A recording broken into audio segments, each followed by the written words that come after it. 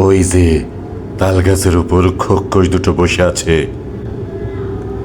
আয় বেটা, গাছের নিচে নেমে আয়। ওই তাল গাছের উপর তোরা কেমন খোক্কস দেখি একবার।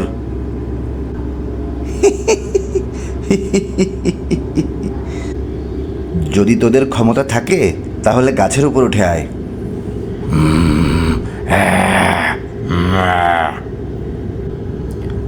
আমি তাল গাছের নিচে বসে আছি, তোমরা এক এক করে আমার কাঁধে চড়ে বসো।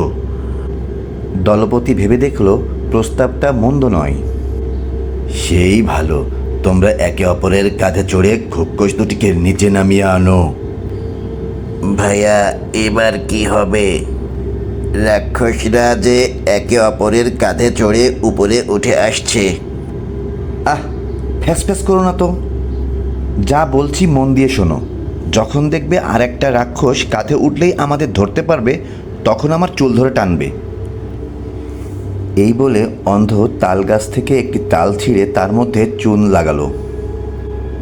আচমকা কুজো অন্ধের চুল ধরে এত জোরে টান দিল, অন্ধ চিৎকার করে বলল, এত জোরে টান দিলে কেন? তোমাকে মজা দেখাচ্ছি। এই বলে সেই চুনমাখা তালটা সজোরে নিক্ষেপ করলো মাটিতে। সবার নিচের রাক্ষসটা ভাবল, খোক্কস হয়তো ভীষণ রেগে গেছে। সাদা তালটা দেখে সে আরও বেশি ভয় পেল। সঙ্গে সঙ্গে পড়িমড়ি করে সে দিল ছুট। ব্যাস, আর যায় কোথায়? হুড়মুড় করে সব রাক্ষসের দল মাটিতে পড়ে গেল। যদি প্রাণে বাঁচতে হয়, খোক্কসদের হাতের বাইরে চলে যাও।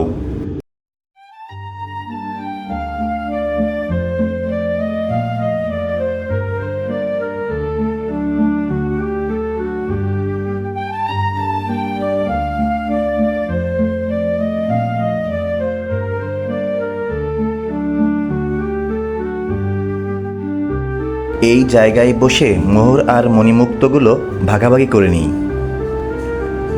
অন্ধ চোখে দেখতে পায় না, তাই কুজো মোহর আর মণিমুক্তগুলো দুটি ভাগে ভাগ করলো।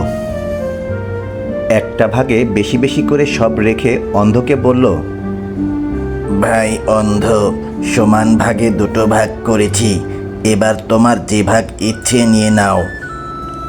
অন্ধ দুটো ভাগে হাত দিয়ে বেশি ভাগটা দেখিয়ে বলল, এটা নেব। বন্ধু, ভাগাভাগি ঠিক হয়নি, আর একবার করছি।